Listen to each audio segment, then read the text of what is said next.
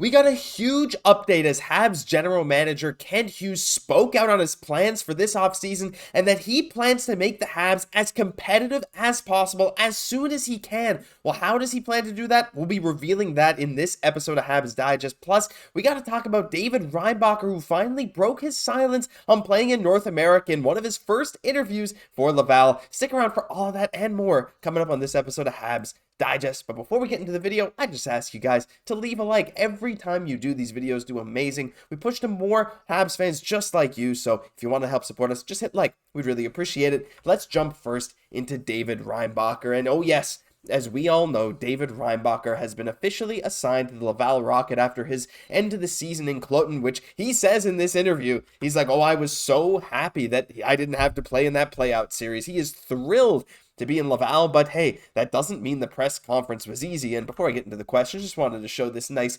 Laval Rocket team picture where they kindly waited for David Reinbacher to actually arrive in Laval before they took it. He looks so, well, stoic, I suppose. Anyway, David Reinbacher, his answers to some of these tough questions straight up were amazing. Now, Montreal journalists, Quebec journalists in general, it can be pretty tough. And some of the questions were great, phenomenal questions asking him, hey, what do you think was your biggest improvement in Cloton this year? And David Reinbacher responding, well, my play on the defensive end. He said he had a lot of chances to play defensive zone coverage, which is interesting, and he felt he really improved. But there were also some questions like, well, do you think you made the right choice? Do you think the Habs made the right choice sending you back over there? And questions like, well, don't you think your development would have been better if you were over here in North America? And his response was pretty much simply, well, guess what? I didn't play over here in North America, and I learned a lot over there.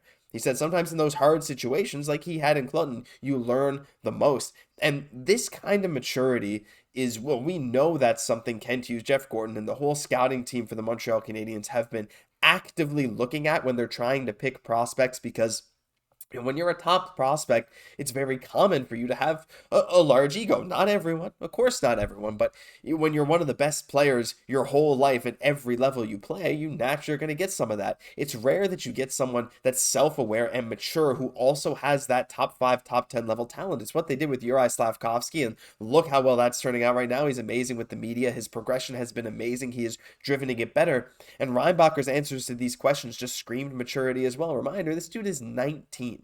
He is the same age as Slaf. Now Slaf's going to be 20 in just a couple weeks, but Reinbacher is 19 years old.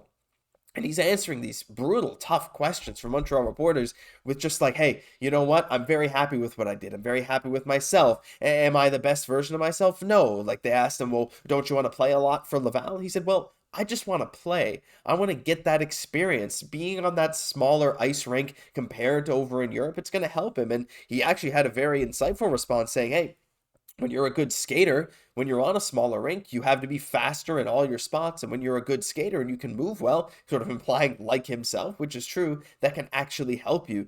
So he really seems thrilled to be there. His answer screamed maturity to me, self-awareness, something that many players don't have, but it's a quality that allows you to become better. If you never think you're better than you are, right? He's confident in himself, but knows he'll get better. He said he's been following the Laval Rocket, the Montreal Canadiens, all season long. He was thrilled in Cloton when he found out he didn't have to play that playout series. So just awesome stuff from David Reinbacher. I'll link the video to this interview just down below in the description. I really suggest you check it out. It's only about 5 minutes. You won't be sitting around for too long, but hey, you're gonna end up falling more in love with David Reinbacher than you ever knew after you watch this. Super excited to see what he does this coming weekend when he'll make his Laval Rocket debut.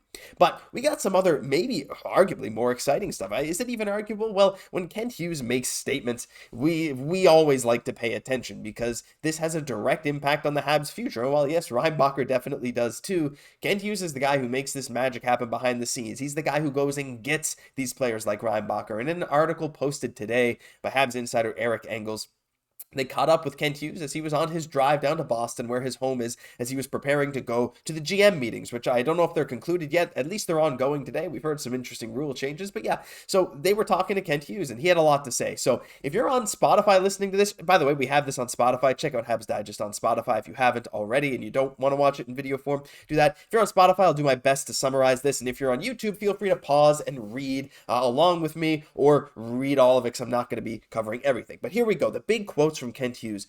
Our roster in its current form, we understand that we need to improve our roster. I don't think anyone is suggesting that we don't need to continue to get better and improve what we have. And then Eric Engels follows up by saying, well, it might be reasonable, it might not be reasonable, that with the assets Kent Hughes at his disposal, of course, all these defensemen and picks, that he can dramatically improve the Habs by next fall. Then we're still months from the offseason, of course, and there's still a lot of variables, and that's for sure. But that is not the most interesting thing he said. He was a bit more clear with this statement.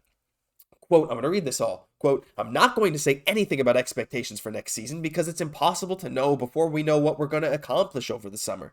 What I will say is we're going to make every effort to continue to try and improve this team and to accelerate our timeline to get into that window where we're competing for the playoffs, competing to win a Stanley Cup. But until we get through that summer and see what we're able to accomplish, it's hard for me to answer beyond that. We'll do anything we can, but we won't be reckless. And that final touch on that sentence is what myself and Jesse and a lot of people are really clinging to, because we know that's Kent Hughes' MO, to not be reckless. He sets his prices. He knows what he wants when he's going after players. He knows what he wants in trade packages, and more often than not, he seems to get it eventually. But this whole section here to say he wants to accelerate the Habs window as soon as he can to push them into a playoff spot, well, this all to me is saying, without directly saying he's going to be making some huge moves this offseason, he certainly plans to do something fairly substantial, because the Habs right now, we can rely on the growth of a lot of players, and they're still going to be a very good team next year. But as Hughes even said in this article, you look at some of the young guys like Slafkovsky, like even Suzuki, like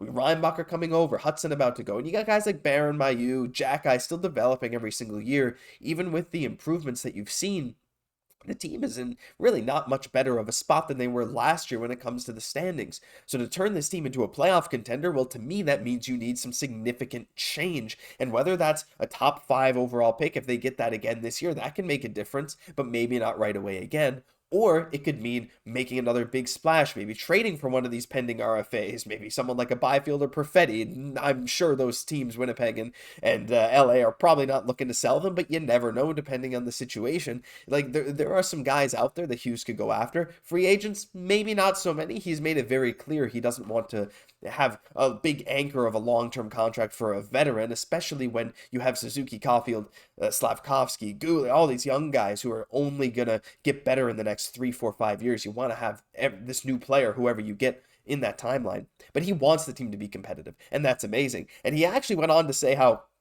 you look at someone like a Kirby, Dach, it's going to feel like a huge improvement to the team overall. It's going to feel like a huge trade once he comes back in September and we ramp him up for the season in October, because he is skating. He's almost ready to play again. He won't play this season, that's for sure. But his improvements, well, at least in the short sample size we got this year, looked good. Way too small of a sample size to tell. But the thing is, you look at someone like Newhook, like Kent Hughes said, he's a guy who improved even while he was injured, working with Adam Nicholas, scouting the games from the press box. He said Kirby sure is doing the same thing, trying to learn while you're out injured, trying to improve on some of your off-ice aspects or mental aspects. It's worked wonders for Newhook, and I'm sure it'll work wonders for Dach as well. But not only these guys, he also mentioned a little bit about Joshua Waugh, and this is the final thing I'm going to touch on for this. I recommend you read this article as well. There's a lot more than this, but I just wanted to touch on the big points. He said about Joshua Waugh that he's showing NHL caliber, and yes, there have been ups and downs, but it's been very encouraging.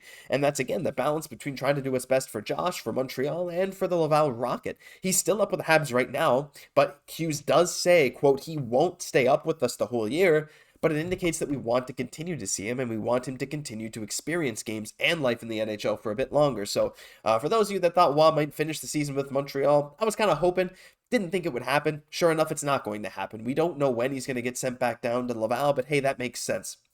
That he's what they think is probably best for his development and for the Laval Rocket, which is important as well, is to have him down there with Reinbacher, with Mailloux, with Barron, and push for that playoff spot and try and win it all down there. So that's going to be awesome to see, but it's also amazing to see what he had to say about Joshua Waugh. This guy is a guy that even on a depleted team, I know, is still pushing for that top 6 role, something that not many people can say, and out of people in his draft class, like we've said before, he's the lowest draft pick to even play a game in the NHL from that draft so far. He's one of only 3 players picked beyond the second round to play a single game in the NHL, and he's fighting for a top 6 spot. On a bad team, of course, but still amazing stuff. Kent Hughes clearly has some faith in him. We have some faith in him here at Habs Digest. We have some faith in the whole organization, and faith that something big is going to happen this offseason. With these recent remarks from Kent Hughes, can't help but be excited. What do you think about Kent Hughes' remarks? Leave a comment down below talking about that and David Reinbacher's press conference if you have a chance to go look at it. We'd love to hear from you. But that'll do it for this episode of Habs Digest. And if you were around yesterday for the live stream, thank you very much. But if you weren't,